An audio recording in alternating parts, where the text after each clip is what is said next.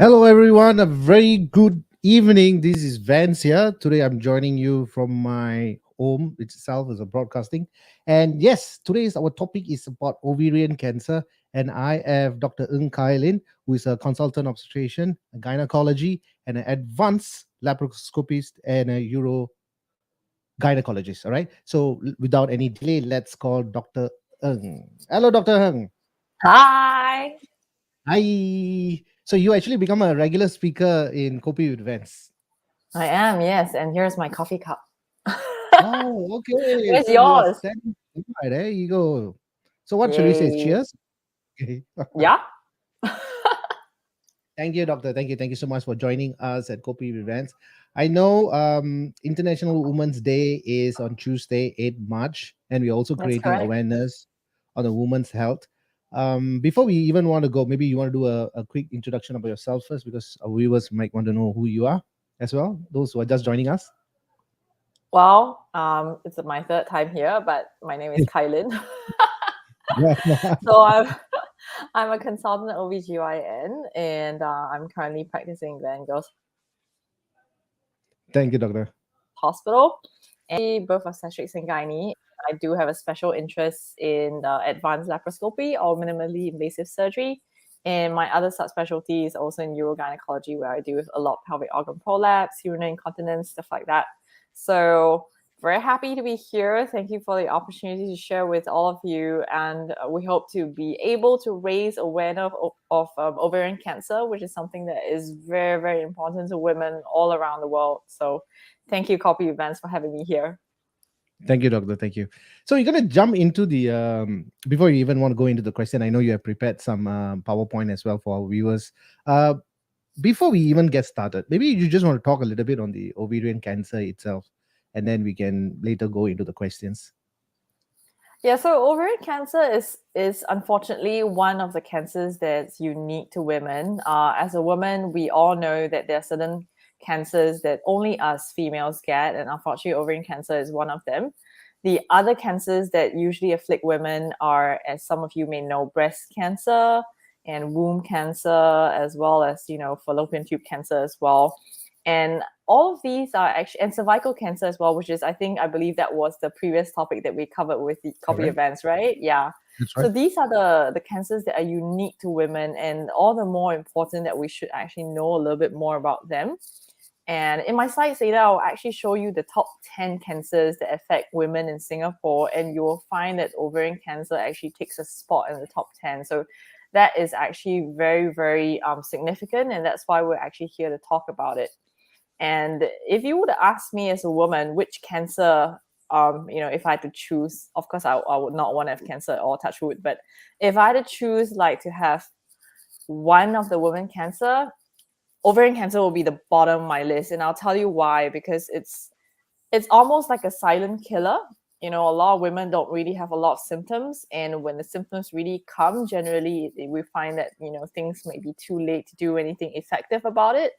And that's why we actually want to be a step ahead, and try and intervene even before your very obvious symptoms persist over weeks or even over months. And that's the reason why we're actually doing a talk here today.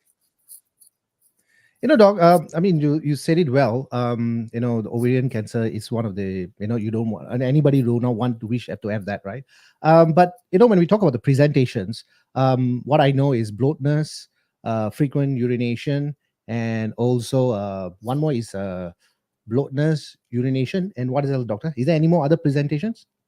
There are actually quite a number of presentations of ovarian cancer. Difficulty with ovarian cancer is not every woman with ovarian cancer will present with the same symptoms, and that's the really tricky part. And the other tricky part is that a lot of the symptoms that women with ovarian cancer have, a lot of other women with no ovarian cancer also has. It's sometimes very vague, very non-specific. It could really well signal some other condition that is benign, non-cancerous, or not even related to ovaries. And therein lies the challenge on both women as well as healthcare professionals and doctors and even OBGYNs in terms of picking up this ovarian cancer early. So I will be covering, some of the signs and symptoms that women should be looking out for if they're worried about ovarian cancer. So I'll be happy to share with you in the slides later on. Thank you, doctor. How about we are talking about our ovarian cysts? Does it mean it will turn to cancerous as well? So a lot of women, and for women in the audience now today, one take-home message is that the majority of women will have ovarian cysts at some point of your life. It is very, very common, and some would say it's even normal. But there are many, many different kinds of ovarian cysts out there. So sometimes, ovarian cysts can be benign or non-cancerous, and sometimes it can be cancerous as well. So majority of ovarian cysts are actually non-cancerous. So even if majority of us at some point of life will have an ovarian cyst, it does not mean it will turn cancerous. Of course, there are some features of cysts that will make us suspect that it's a higher chance of being cancerous or turning cancerous. But just remember that the odds are always, always in your favor. So even if you have ovarian cancer, don't panic, don't freak out. Get it checked out by an OBGYN or your gynecologist, and go through with your gynecologist. What is this cyst? What type is it? What is its chance of turning cancerous? And what is the interval that I should be monitoring this or screening for it? So that's the most important thing. Generally, if you do have a history of ovarian cancer, you shouldn't ignore that. So you should actually do a regular checkup with your gynae just to make sure that everything is still stable. Doctor, is there? I'm sure there's a yearly screening as well. But when we talk about either the uterus or the fallopian tube, or even the ovaries, so is there a particular test that you'd have to do individual, or you straight away do the CA125? Because that's a next question I'm going to come in, which is the CA125. Should they be worried when they Right. start the test? So CA125 is actually a tumor marker. And for a lot of health screenings out there, nowadays they tend to consist of a component called tumor markers. And there are many, many tumor markers in the human body. Some tumor markers are geared more towards the colon, and some tumor markers are geared more towards for the liver. And in this certain case, CA125 is the tumor marker that is more geared towards the ovary. However, and I will show you this in the slide as well, CA125 is a test which we call non-specific, which means that in women with ovarian cancer, we do find elevated or raised CA125, but we also find raised CA125 in a lot of other conditions as well, which are very, very far away from cancer and really non-related or even physiological.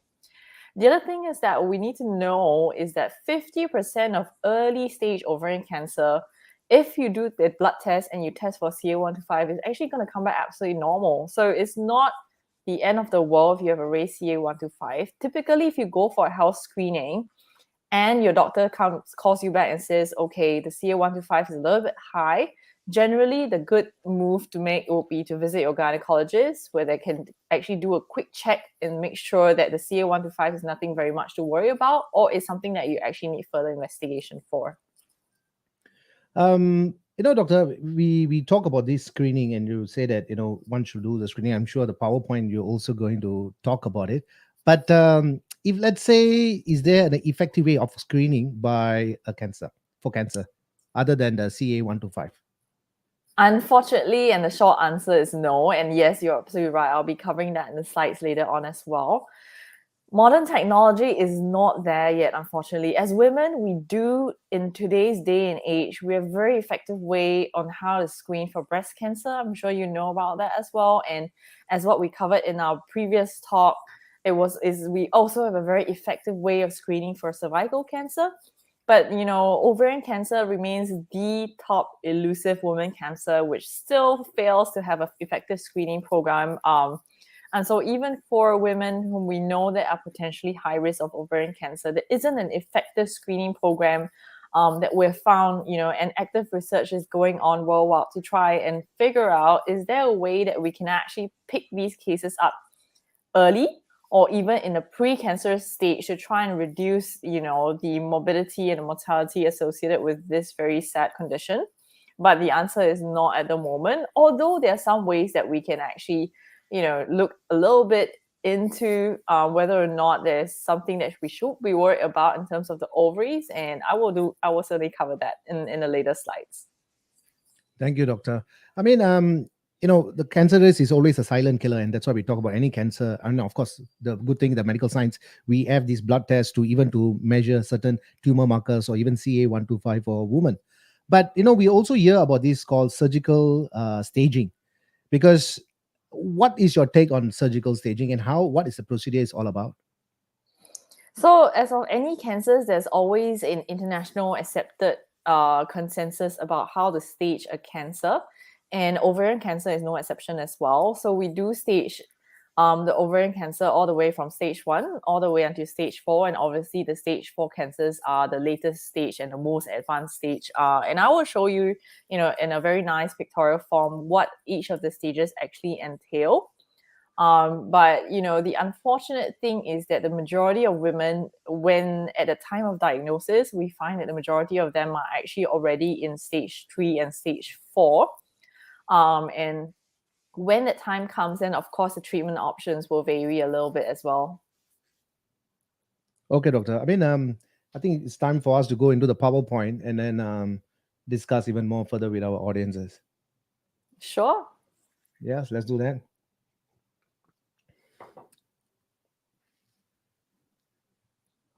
There you go. All right, guys, and girls and women and gentlemen, if you're out there, if you're seeing this, please do share, because we are creating the awareness for International Women's Day, which is taking place on Tuesday, 8 March. At the same time, we are talking about the ovarian cancer, silent killer as well. And with us is Dr. Ng Kai Lyn with us. Okay, doctor, we are seeing it. Right. Are you able to see my slides? That's right, we do. Okay, let's dive right into it. So this is the slide I was talking about, and it actually shows this is actually statistics taken from the local population from Singapore, and it is a list of the top 10 cancers that affect women in Singapore on a yearly basis. So I've highlighted all the ones that are relevant to us as OBGYN, and it basically The top one we know is breast cancer, and that's over 11,000 women in Singapore that is diagnosed per year with breast cancer. And then the other ones that number 10 is cervical cancer, which we talked about in our last talk as well. And then sitting right in the middle at place number 4 and number 5 is actually womb cancer, or otherwise medically known as uterus. And then, at number 5, right in the middle of the list would be ovary and fallopian tube. So in that cancer, we actually have almost about 2,000 women of new cases of ovarian fallopian tube cancers being diagnosed every year. So it's something that has a significant disease burden in Singapore, and that's precisely why we're, talking about this topic this evening. But even as I show you this list of top 10 cancers affecting women, we do have to put everything into perspective, because life is all about perspective, right? So it is very important to know that an average woman has a lifetime risk for about 1 to 2% of developing ovarian cancer. So it's not as though you throw a stone in the street and you necessarily hit someone who has ovarian cancer. It really is not the case. And ultimately, your lifetime risk is really just about 1 to 2%. Now, where does ovarian cancer come from? In the olden days, we always thought that ovarian cancer just comes from the ovary, period. It doesn't come from anywhere else. But later on, as research, went on, we realized that the cells covering the ovary are very similar to the cells from the fallopian tube as well, especially at the end of the fallopian tube that is in contact with the ovary. So we realized that the pathway of the ovarian cancer developing is actually quite similar between the ovarian tube and the fallopian tube and the ovary, which is why if you saw the list that I showed you in the previous slide, it's actually classified in the same category, in the same line as well. The other times that we can see cancers that's very similar to ovarian cancer would be from the peritoneum, and that's a medical term for cells that are lining the inside of your abdominal cavity. And so these 3 sites are the main sites that ovarian cancer can arise from. Now, these are the stages of ovarian cancer, as we talked about before. So right on the left is, in a very healthy woman, healthy pelvis, both left and right ovaries are perfectly healthy.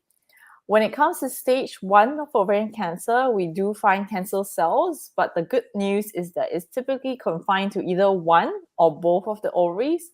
As long as the cancerous cells are confined to the ovaries itself, then it's considered early stage, or otherwise known as stage 1.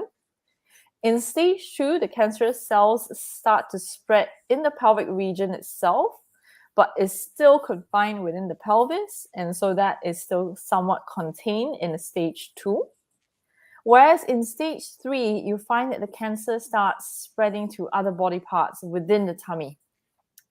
And I've written there the average stage of diagnosis for a woman is typically in stage 3. Whereas in stage 4, which is the last and the most advanced stage of ovarian cancer, this typically happens when the cancer is already spread beyond the abdomen and it's actually reached the other body parts, for example, the liver, the lungs, and so on. In cases like these, that will be considered actually stage 4, unfortunately.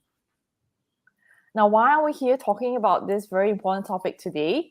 Is really because of this table. If you look at this graph over here, if we try and classify women to whether or not they are diagnosed at the time of diagnosis, is the disease very localized? Is it still confined to the primary site, which is ovaries, or has it already spread either regionally or to very far away sites in the body?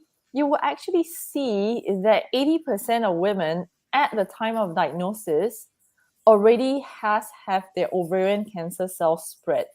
And that is actually a huge, huge number. It really reinforces the fact that, ovarian cancer can be a silent killer sometimes, because by the time you actually get it diagnosed, is really, more or less majority of time is already spread, it's already in the later stages. And why is that important? Is because for all cancers, medically, we always look at a relative 5-year survival rate. What does a 5-year survival rate mean? It means that from the time that you get diagnosed, if we look at a time period of 5 years later following your diagnosis, out of 100 people who are diagnosed with the exact same cancer as the patient, exact same type of cancer and stage, how many of these people are still alive at the end of 5 years? And that is really what a relative 5-year survival rate really means. So in terms of the 5-year survival rate for ovarian cancer, you will see that in the early stage, which is stage 1, the 5-year survival rate is pretty good. It's 90%, which means 9 out of 10 women will get through these alive at the end of 5 years. But when you look into the later stages, when it hits stage 2, that's 7 out of 10 women. And then when you move on to stage 3, if you remember, that is the majority of women who get diagnosed is stage 3 and above. That survival rate drops to 39%. And by the time you hit the last stage, which is stage 4, the survival rate again gets another drastic drop all the way down to 17%. So you can see, the consecutive fall in terms of a 5-year survival rate as the stage goes more and more advanced. Now, what are the risk factors of ovarian cancer? Number one is older age. Majority of women who are diagnosed with ovary of the cancer are in their 40s and above, maybe in their perimenopausal state, and also postmenopausal stage as well. Women who are obese with a high body mass index are also at a higher risk of having ovarian cancer. Those of women who have never given birth before, or if they've struggled with infertility, the difficulty getting pregnant, unfortunately, they are usually at a higher risk of ovarian cancer. Late menarche, otherwise known as if you had your period start really early. So the average age of menarche, it's generally about 11, 10 or 11. And a lot of studies look into the effects of having early periods. And of course, different studies use different definitions. But generally, the consensus is if you're having your period start before the age of 9 to 10 years old, you're considered to be early. Or if you are actually someone who has had a late menopause, and in terms of definition, that's usually later than 55 years old, because we know that over 95% of women will attain menopause by that age, then that typically puts you at a higher risk of having ovarian cancer. HRT is otherwise known as a short form for hormone replacement therapy. And for women who are menopause and they go on hormone replacement therapy for whatever reason, they also have a slightly higher risk of having ovarian cancer down the road. Other risk factors for ovarian cancer is if you yourself, you had a personal history of related cancers such as breast cancer, womb or uterine cancer, colon cancer, and or if you have a positive family history. So you yourself don't have a personal history of these cancers, but your family has a history of, say, ovarian or breast or colon cancer, then that might put your family at risk of a genetic mutation. And there are many genetic mutations out there that can put a family or someone at a higher risk of ovarian cancer. The most famous one out there is, of course, BRCA1 and BRCA2, and that's the reason why I've put a picture up of Angelina Jolie, because when she came out into the public and actually said that she was diagnosed with BRCA1, that actually prompted a lot of women to actually look into their family history and have a little bit more awareness of actually what's going on in the family history when it comes to cancer. So it was actually a good thing that she was actually not shying away from her diagnosis. But that, so far, of course, that's the most famous one out there. And for women who have been diagnosed with BRCA1, they have about 40 to 60% risk lifetime in terms of developing ovarian cancer. And if they are diagnosed with BRCA2, which is another form of BRCA mutation, then they are at about 10 to 20% chance of lifetime risk of having ovarian cancer. Lynch syndrome is also another genetic mutation that can give you a higher risk of ovarian cancer, and that's overall lifetime risk for about 8%.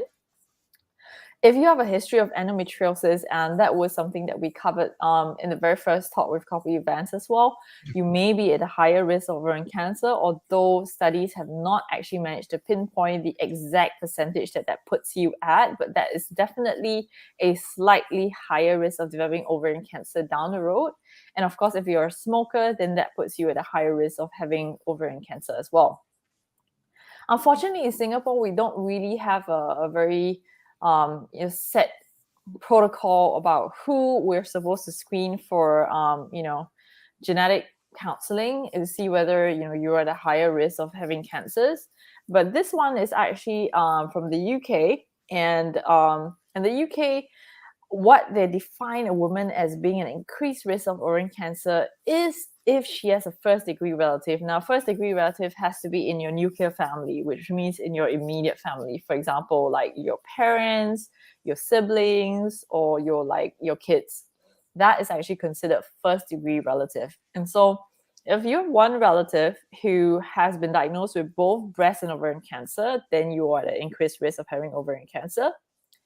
If you have two relatives, both of them were diagnosed with ovarian cancers, first degree relatives of each other, then of course that puts you at a higher risk. If the two relatives, one of them had an ovarian cancer and one of them had a young breast cancer that was diagnosed in less than 50 years old, and they're first degree relatives of each other, then that puts you at a higher risk as well. If you have three relatives and then you have one that is ovarian cancer and then two with breast cancer, or you have all three family members with either colon cancer or stomach, ovary, womb cancer, small bowel cancer in 2 generations, then generally, if you do have this family history, we may suggest that you get genetic testing done to see whether you have any particular genetic mutation that may put you at a higher risk of ovarian cancer.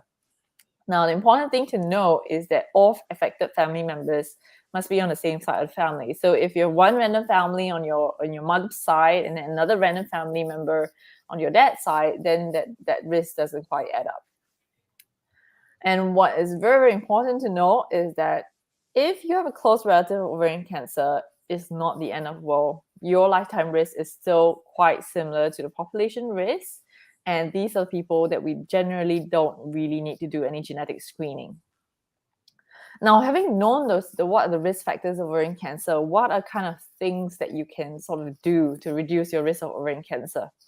We do know that women who've had, full-term pregnancies and deliveries, and they've also breastfed after giving birth, these will lower your risk of ovarian cancer. And the good news is that with every full-term pregnancy that you have, your risk of ovarian cancer actually drops with every child that you have. So a woman with no kids at all versus a woman with one kid versus a woman with 3 kids, the woman with the 3 kids is the one with the lowest risk of ovarian cancer at the end of the day. The second thing that can lower your risk of ovarian cancer would be using birth control pills.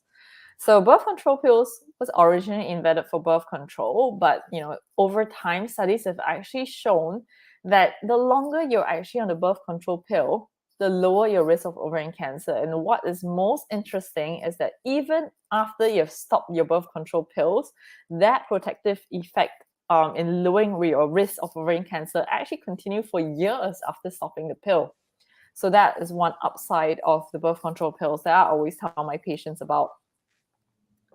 Now, we touched a little bit in the introduction about what the symptoms of ovarian cancer are and why is it so difficult to pick up ovarian cancer on both the patient and the healthcare professional side. It's because they're really vague. And Kopi With Vans is right. One of the top symptoms of ovarian cancer is abdominal bloatedness. And sometimes it may not be really abdominal bloatedness, but some patients will say, I just feel like there's a very vague discomfort somewhere in the region of my tummy. And that could be an early sign of ovarian cancer as well. Some people start feeling really tired. They don't feel like eating, not much appetite. They start losing weight. They just eat a little bit and they feel super full. There's a little bit of indigestion going on. They may experience some changes in their bowel urinary habits, or they may start actually having, some disturbances in their periods. But unfortunately, because most women with ovarian cancer don't actually demonstrate very obvious symptoms until the late stage. So that is the reason why majority of women at the time of diagnosis is already at stage 3 and beyond. Now, it is very, very important to emphasize at this point of time that although these symptoms that are highlighted are indeed symptoms of ovarian cancer, very often these symptoms can also be caused by reasons that are completely not related to ovarian cancer. And it can happen quite often. I mean, how many of us in the audience have actually had a little bit of indigestion going on, or you feel just a little bit bloated after eating some stuff? It's actually very common, and most of the time it's not really related to ovarian cancer.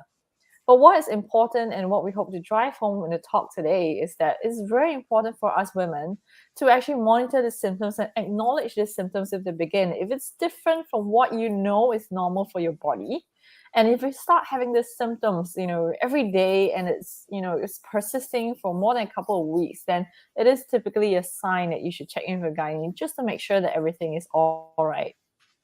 Very And how interesting, do we doc. typically check? Sorry, Yes? very interesting. I mean, the presentation that you actually showed us, right, is actually what most women, or even they will have it, right, like the bloatness, indigestion, not Yes. losing weight. It seems like very what's the indication are not very strong. It's just like probably they Yes. think, what, I'm fine. Yes. So you're absolutely right, because a lot of the symptoms of ovarian cancer can be very non-specific, can be super vague. So that's the reason why a lot of women at the time of diagnosis is already late stage. But the key to this is that if you're noticing the symptoms and they're persistent, they're not going away, and you're in tune with your body and it's out of the ordinary, that's when you need to get checked out. The problem is that a lot of women don't listen to their bodies, or they sweep the symptoms, under the carpet, even though it's persisting and persisting for more than a couple of weeks. That's when trouble actually really starts. So it's very, very important to listen to your body and actually, pick up these symptoms. And you find if these symptoms are not going away or they're getting worse, then you should get checked out.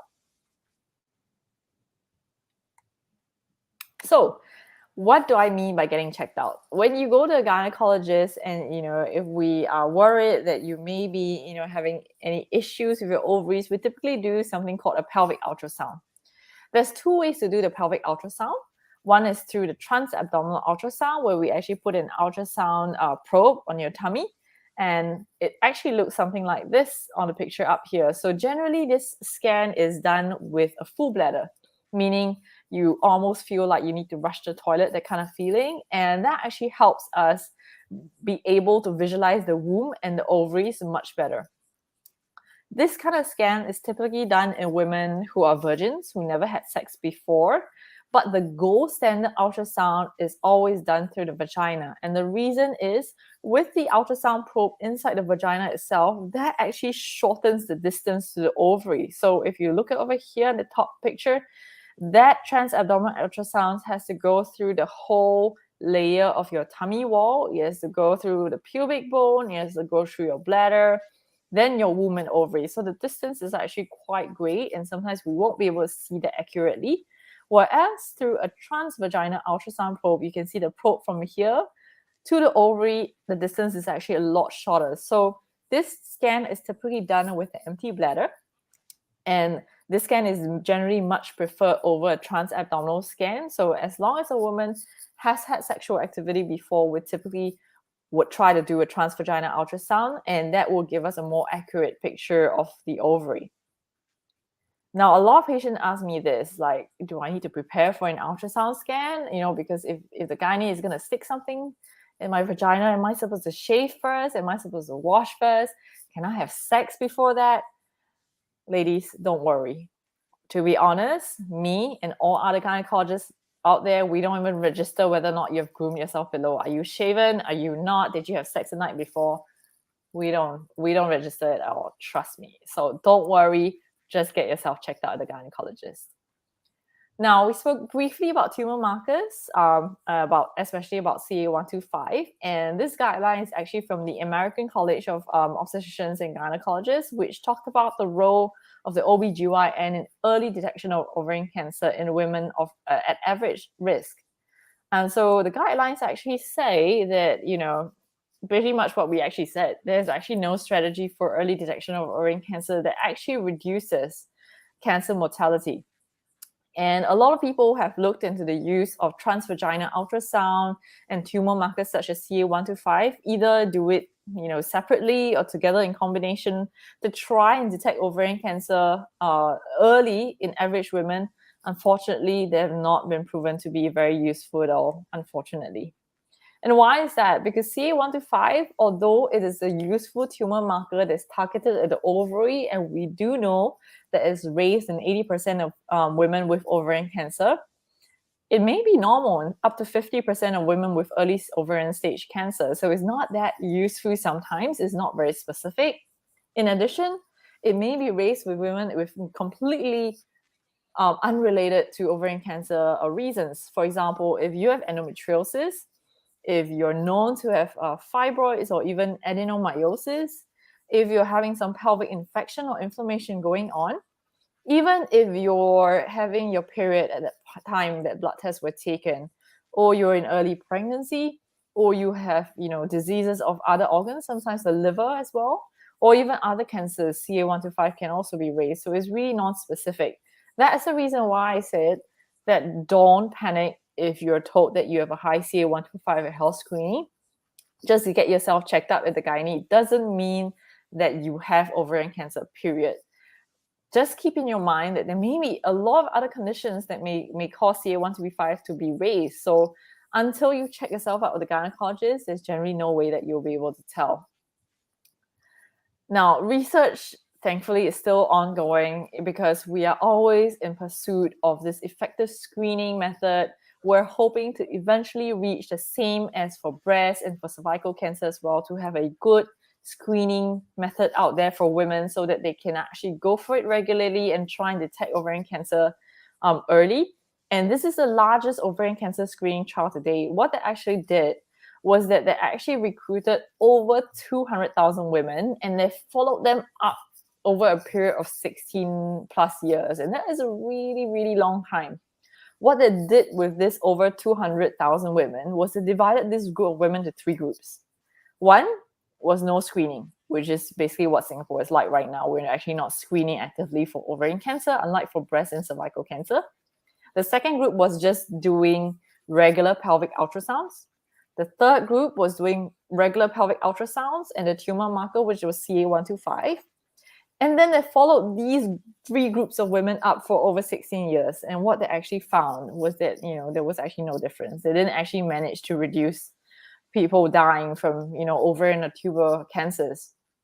And so the conclusion after this trial, and that only came out last year, less than a year ago, was that general population cannot and should not be recommended. So in other words, there's actually no effective screening for cervical cancer. What does it really mean for all of us, all women out there in the audience? Really don't panic, because at the end of the day, remember that your average lifetime risk is actually only about 1 to 2%.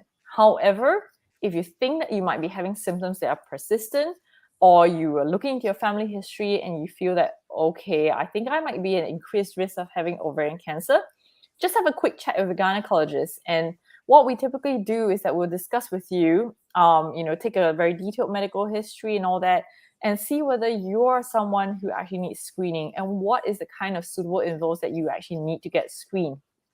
A lot of time we'll actually have to draw a detailed family history to see what kind of risk you are at. And my experience with a lot of patients is that, they will come in and they'll say, my aunt had cancer, but I'm not actually sure what kind of cancer she had. Maybe it was a woman cancer, but I'm not really sure. Now, babies in our Asian culture, but a lot of people may not openly discuss or disclose that they had a cancer diagnosis, but really it's a time and age now to be really open about it. Basically, like what Angelina Jolie did, just step up and say, look, I have this diagnosis. And what that really helps is if you know your family history in detail, actually know who in both sides of the family have cancer, what kind of cancer, at what age were they diagnosed, were they young cancers or, cancers only when they hit like 80, 90 years old. That actually makes a significant difference to you. And that actually will help you in managing your risk. So how do we diagnose ovarian cancer? Generally, when a patient comes to me, we take a detailed medical history. We do a physical examination, and that's both abdominal and pelvic examination. So vagina examination is a must. Then we proceed to do a pelvic ultrasound.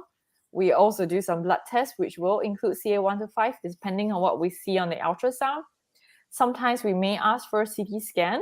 And if we do have a high degree of suspicion that the ovaries look funky, we think that might be cancer being hidden in there, we would then recommend for a surgical removal of these affected tissues to send for testing.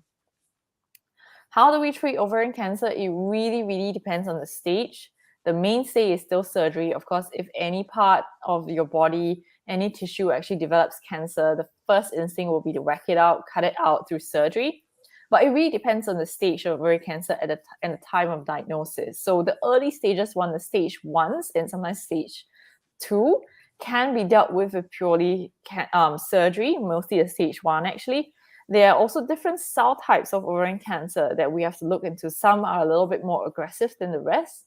We also have to look at the age and the fertility desire. So sometimes we have patients who unfortunately are still very young and they haven't started trying for a family yet, and they're really early stage. For example, the cancer cell is only confined to one ovary. And in these cases, then we'll have to have a very in-depth discussion about whether or not we can do something called a fertility sparing surgery, where we just remove the cancerous bits, try and get her to, complete her family as soon as possible, and then deal with the rest later on.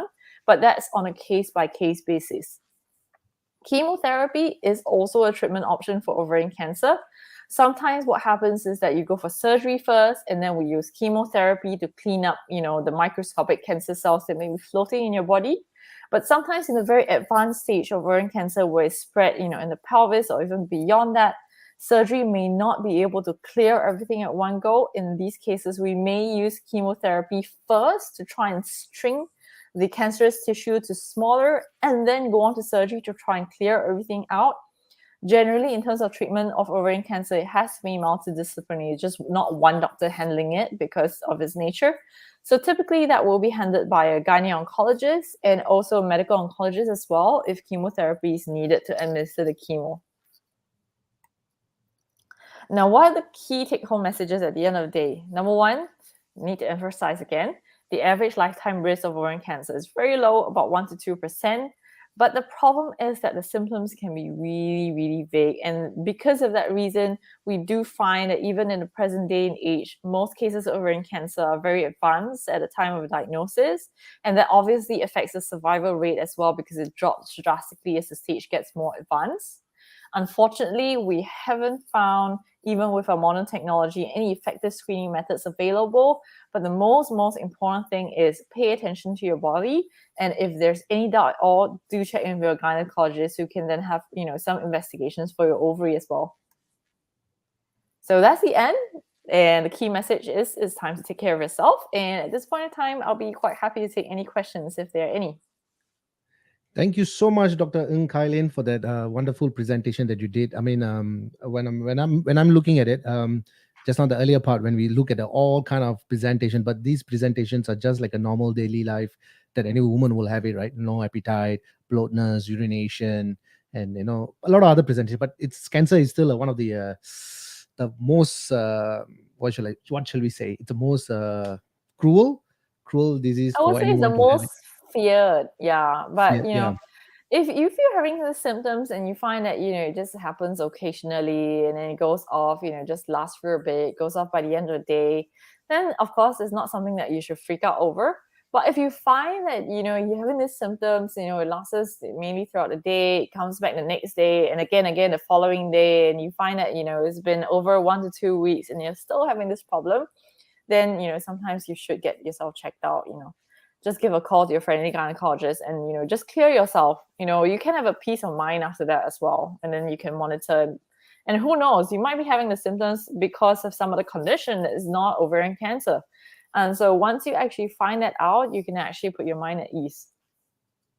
Thank you, doctor. So now we're going to go to the question right now, since we are talking about screening. So I have Carol. How often screening should be done? Yearly? Yeah. So again, need to emphasize that at this present moment, there's no effective screening strategy for ovarian cancer, unfortunately. But if you are worried and if you're average risk, I would say that it's probably prudent to get yourself checked out on a yearly basis with the gynecologist. Just a routine ultrasound is fine. And that will also be useful in picking out common gynecological conditions that can happen around the age as well. So sometimes, we're looking at the ovaries, but we may pick up other things like, common things like uterine fibroids or endometriosis or endometriosis. And so sometimes it's very useful to keep yourself, up to date in terms of your gynecological health.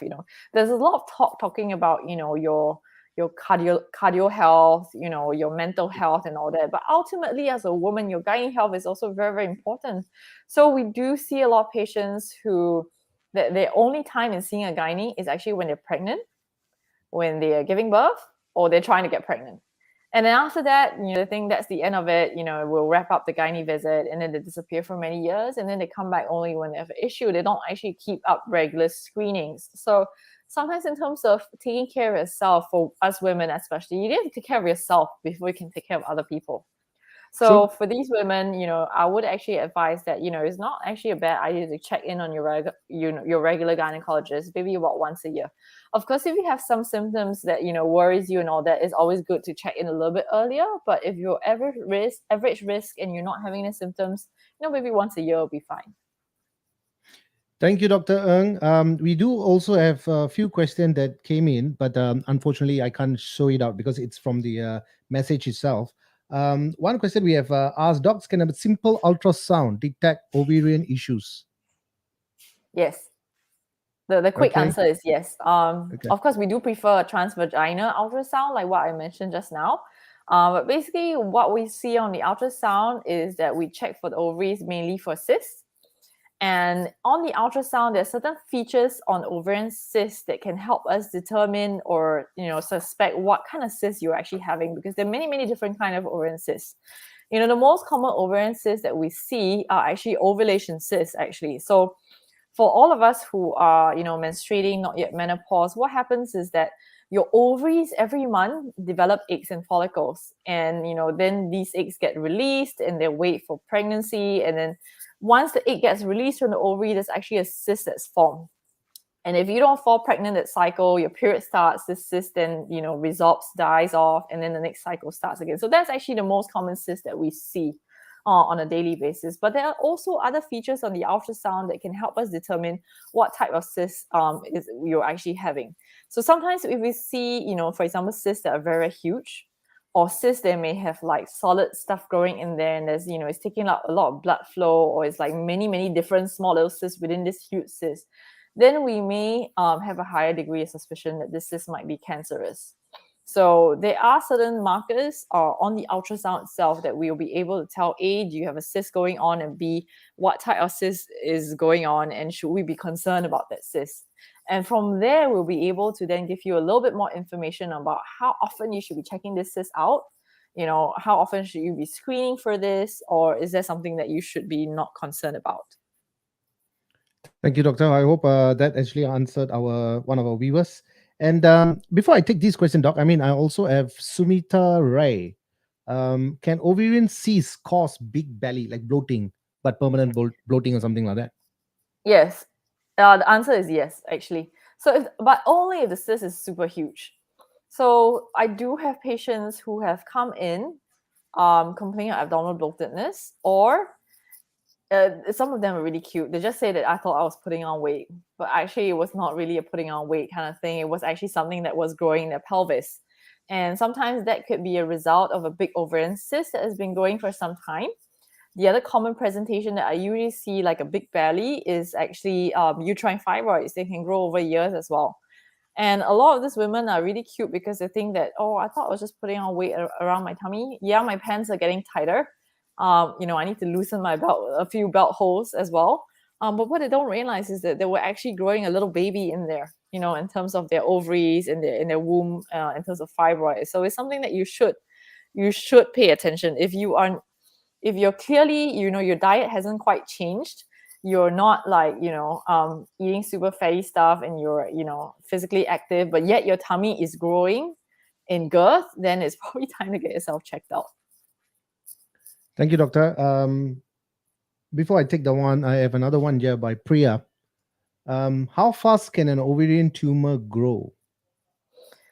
Okay, so in terms of ovarian tumor, if it's non-cancerous, then typically it doesn't really grow very fast. It can either be stable, over months and years, and grow really, really slowly. But if an ovarian tumor is malignant, otherwise cancerous in medical terms, then they're known to grow extremely fast.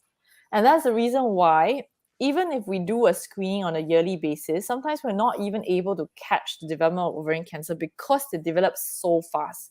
In fact, we've actually had studies that, put women who are at a very high risk, for example, they're known to have, family history, strong family history, or even genetic mutations that put them at a higher than average risk of developing ovarian cancer. And people have tried putting them on a regular ultrasound screening program every 6 months. And that is basically trooping down your gynecologist every 6 months to have all these checked out. And what they found is that the scan can be completely normal at the first round, and 6 months later, that woman has actually already progressed to advanced ovarian cancer. So it's actually pretty scary because it can grow very, very fast, and that's why we actually know it as a silent killer. So the answer is for cancerous ovarian tumors, unfortunately, they can grow very, very fast. And so that's the reason, if there's any suspicion on the scan that the ovarian cyst may be cancerous, we usually will advise for testing to be done. Thank you, doctor. We have 1 year. Is Mirena LT option, or is there any significant side effects to it in a long term? Okay, so that's a little bit unrelated to our topic of ovarian cancer, but basically for those of us in the audience who may not know what Mirena is actually what is known as an intrauterine contraceptive device, or IUCD for short. And it's basically a T-shaped device that is placed inside your womb. And Mirena is actually the T-shaped device that's implanted with a hormone called progesterone. And this actually lasts for 5 years. It's a slow release of that hormones over 5 years, and is situated in the womb itself. Now, this was originally invented for birth control. And being a physical device in the womb itself, it actually is very, very effective for protection against pregnancy. But because it's implanted with the hormones as well, it also helps women with very heavy periods or very painful periods as well. So because of these effects, we actually started putting Mirena not only in women just wanting pure birth control, but women having menstrual problems, period problems, such as super heavy flow, perhaps due to small fibroids or adenomyosis, or super painful periods as well. We found that the Mirena was a healthy option that really helped them a lot. Now, in terms of side effects, the number one side effect of the Mirena IUCD is that it's going to affect your periods. So majority of women on Mirena IUCD either have super erratic or irregular periods. You can't really tell when your period is going to come, when it's going to go. So I always tell my patients who have a Mirena to always keep a pad handy in their handbag, because you never know when your period is going to come. That is also the number one reason why women actually opt to remove the IUCD before the 5-year expiry date, because some of us women, we're just more used to having regular periods. You want to know that around that time of the month is when your period comes. So sometimes that sudden change in your menstrual patterns can throw you off a little bit as well. And that's the reason why some people don't like the Mirena as well. But as long as you understand what the effects of Mirena are and what the side effects you should be looking at, then, a lot of women find it extremely helpful as well. In fact, after the Mirena was actually invented, previously, because of period issues like heavy periods and painful periods, there were actually a lot of hysterectomies being done. A lot of women had to go through surgery to remove their womb just to deal with these problems. But after the Mirena was actually introduced and we started using them in these women as well, we found that the rates of hysterectomy or womb removal actually went down by 50%. So that's how effective it actually is. But of course, again, not all women are suitable for Mirena. So if you're thinking of getting one, do speak to your gynecologist, who will be able to discuss the pros and cons with you as well. Thank you, doctor. We just have another 3 more minutes. So viewers, I know more questions are coming up, but we only have 3 more minutes. So I'm going to just pull up another one over here by Jacinta. What increases my risk of cysts? The quick answer is really nothing. And that's the reason why there is basically nothing that you can do to prevent this from happening. So a lot of women ask me, is it something that I did? Like, is it something that I ate? Or is it because I exercise too much or exercise too little? The answer is really not. And the reason why cysts happen is because you have to remember at the end of the day that your ovaries are a very active part of your reproductive organs. They are active from the time that you start your period all the way until you end your period at the age of menopause. And not only that, they're active every month. So if you look at that and you're releasing an egg every month,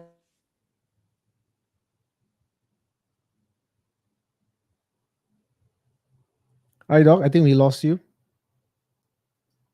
Hi, doctor.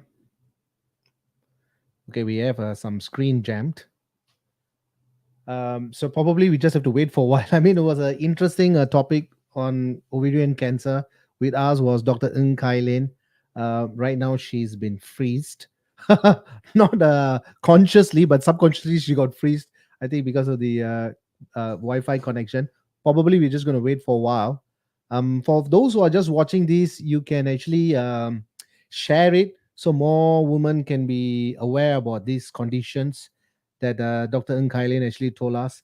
And also, we are celebrating with the International Women's Day, Tuesday, 8 March. So this month at Kopi With Vans, we have dedicated a lot of topics for the women as well. And very interesting topic on psychology, physical fitness, and all kind of stuff. A very holistic approach that we are doing. Probably we're just going to wait for a little while to see if she can log back again. And then if we have a couple of more questions, we can actually ask Dr. Ng on expertise. All right. Ng Kai Lyn is a consultant and also a gynecologist at Gleneagles Hospital, Singapore. All right. We talked about the yearly screening as well as the certain presentations. But when we talk about a little bit on the presentations, but she said that you have to find out because it's also what a typical day a woman will feel it, right? Not appetite, tired and fatigue. So these could be also a signs and symptoms. So it's very good that we listen to our body. Not that we said, oh, you know what, I just having a stomach pain. So sometimes we do self-diagnosis. So which is that's a problem. If there's a pain, there's always a sign and symptoms the body is telling you. So I'm coming from the expertise of the fitness area. So over the past 8 9 months, I've been working out. If you all know, during the period of time, there's certain part of the muscles are very very tight. They don't want to move, and they are pretty much in a very restriction mode. But sometimes you need to rest, you need to recover, because if you don't, then possibility is an injury is about to happen. So these are the things that we need to look at. We always need to listen to our body so that we can avoid all this dangerous situation that's coming in. And we live in a very stressful environment as well. Always eating fast foods and deep fried food and kind of stuff. So all illnesses is just coming in. So we have to do some precautions, obviously, right? We have to do certain precautions. We cannot go overboard. In that manner, you can actually feel that you actually getting into a tip top of your health. All right. So I'm gonna call Dr. Ng again. Hello, doctor. Hey, I was Welcome lost, back. right? Yeah, you lost. So I was taking the role of a doctor for a while.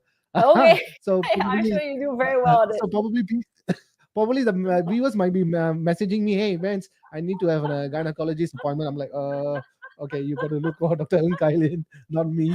Yes. I'm Okay, so doc, sorry. I thank think you. I got cut off in the No middle worries of a at all. question. Okay, doc, we just got another two more questions before we will end the talk show for Yeah. today. What increases my risk of cysts? And we already covered that already. Yeah. But I have another question here by a viewer who Mm-hmm. asked us, can cysts cause itchiness around the vagina area due to dryness after menopause? No, so generally the cyst doesn't cause any vaginal symptoms usually. But dryness after menopause is super, super common. And the reason is because after menopause, your female hormones take a very, sharp dive downwards. And that's really because your ovaries are sort of shut down. And there's the production of your female hormones, especially estrogen, has gone down quite drastically. And estrogen actually has an effect in the vaginal skin, and it actually helps in terms of the skin thickness, the lubrication, and so on. And so a lot of women after menopause, they start complaining of vagininess and itching as well. Another very common symptom that they have due to this is that they start feeling as though sex gets a little bit, uncomfortable. Sometimes they get uncomfortable, during the initiation of sex or during the sexual intercourse itself. And that's something that's faced by many, many menopausal women, but usually is not related to ovarian cysts. Now, if you do have this symptom, then usually it's quite easily dealt with. Check in with your gynecologist, and what he or she will do is have a look at the vaginal condition below. And if it's truly really dry and thin because of menopausal skin changes down below, then there are creams and tablets that can quite easily help with that. Thank you so much, Doctor, for this information that you have spent with us for almost 1 hour, 2 minutes. But I do understand. I mean, this is your third time with me in Kopi with Vans, Yep. so that we are getting ready our cups, right? I The know, I mug, know. I should have a cup here. yeah. But you know what I've gathered here, and probably the viewers also will be gathered, is that there's so many conditions that a woman will go through in terms of her health, because of the reproduction, I call it the Yeah, system or the I know it organs. sucks being a woman. Yeah, I mean, it sounds, I want to say scary, because women are really strong compared to men. When I say this, of course, men will be feeling, hey, man, we men are strong. Yes, we are, but look at the kind of conditions, even the giving birth, right? It's a bone breaking numbers that we are looking at, right? Even though they go through that, and after which, the fallopian tube, the ovarian, the uterus, so many other things, like pelvic congestion syndrome, so many things is happening within the abdominal. So it's a bit of a wow, and so many testing have to be done on a yearly as well, right, Doc? I would say that we make a lot of sacrifices and we do get ourselves exposed to a lot more conditions that men do.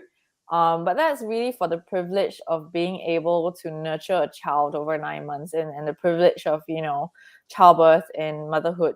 But in exchange for that, what happens is that really your reproductive organs like your womb, your fallopian tubes, your ovaries, your cervix then gets exposed to a lot of potential conditions that can happen even after your childbearing years as you go into menopause and beyond that as well. And so these are the things that you have to look out for as a woman in terms of your screening. And that's really important as well. Thank you so much, Doctor, once again. So, ladies and gentlemen out there, International Women's Day is happening on Tuesday, 8 March at Kopi Events. We are trying to create more awareness, and that's the reason why Dr. Ng Kai Lyn is here to talk about the ovarian cancer for the past 1 hour, to create awareness, to go for yearly screening is very important. If there's any kind of signs or symptoms you are uncomfortable and it prolonged for a certain period of time, I think then it's easy, or rather it's necessary, to go and check it out, right, Doc? Yes, and happy International Women's Day for all of us in the audience. Yeah, I was telling them earlier, because I was taking the role of a doctor, because your Wi-Fi connection went off, right? So I was Yeah. telling them a couple of things on the fitness aspect. When the body is always communicating with us in kind of pains, in kind of symptoms, fatigueness, but if we ignore this presentation and thought, what, hey, I yesterday was having a hard day, and today I will just rest. But if the persistence continues, then I think the body is trying to communicate and we are not listening. And that probably the body says, you know what, you never listen to what I say. I'm going to show it to you. So this is what most cases happens, right, Doc? I mean, cancer is like, hopefully they will find a cure for it. I know scientists are just going through day and night to find a solution, but there seem to be can't find results, because our cells turn against us at certain point, and it's puzzles why these things happen, right? Well, because body is made up of a lot of moving parts, and the more moving parts that we know from a machine and the car as well, the more moving parts that you have, then the higher the risk of errors happening sometime down the road. Especially when your machine is, nowadays our life expectancy for women is getting longer and longer. So the average life expectancy for women in Singapore these days is actually going all the way up to 80 plus. So if you think about a machine with all these moving parts that's continuously running, all the way for 8 decades, then of course there's a very high chance that somewhere down the road things might go wrong. But if you think about it, our body is really like a traffic light system, right? So a lot of times we hope that we're all green, but when things start to go wrong and there'll be flashing signs and warning signs, that's when amber is. And if you don't, you're not in tune with your body and you don't listen to what your body is trying to tell you, then that's when the amber will actually turn to red, and then that's where the trouble starts. Thank you, Doctor. I mean, it's to spend your valuable and precious time with us at Kopi Events on creating this awareness on ovarian cancer. This is the third time that you are here with us. I mean, I'm sure the viewers have learned a lot, and I'm sure they will share this video so that more women will be aware of ovarian cancers. Thank you, Doctor. And we will catch up very soon offline. And for now, thank you so much for joining me at Kopi Events. Thank you very much for having me. Bye bye. Bye, Doc. Okay, that was Dr. Ng Kai Lyn who joined us for the past 1 hour on the awareness of ovarian cancer. We learned a lot of stuff today. We talk about the CA125, the tumor markers, and we also look at the presentation, bloatness, often urination, and even you feel fatigue. And these are the sign and symptoms, for a woman should take note. But of course, like I said, it's very common nowadays, to have bloatness because of certain food that you eat that causes, acidity or even air traps. So you'll feel that, I'm bloated or even you put on weight. But if there's any pain, right, if there's always a sign that our body is very, the magical mechanism that works, it gives you a pain at certain point, and telling you to stop means we got to stop. We got to address the issue, not ignore it and just move forward. Then probably, oh, it's going to give us more issues, right? We never know. So we have to listen to the place that we live on, which is our body. All right, ladies and gentlemen, thank you so much for joining me at Kopi With Vans. It has been a great pleasure to be with you hosting Kopi With Vans for the past 1 hour and 5 minutes on the topic of ovarian cancer. With us earlier was our gynecologist, who is Dr. Ng Kai Lyn, who spent a beautiful 1.5 hours, 1 hour 10 minutes on the presentations of ovarian cancer. I will catch you on next week again with an interesting topic coming up. This time, yes, it will be a suspense. You will be able to know it within 2 days before Wednesday, which is Monday, on the topics. For now, I'm going to sign off, and you all have a lovely evening. And thank you for joining me at Kopi with Vans. Adios, amigo. Tata.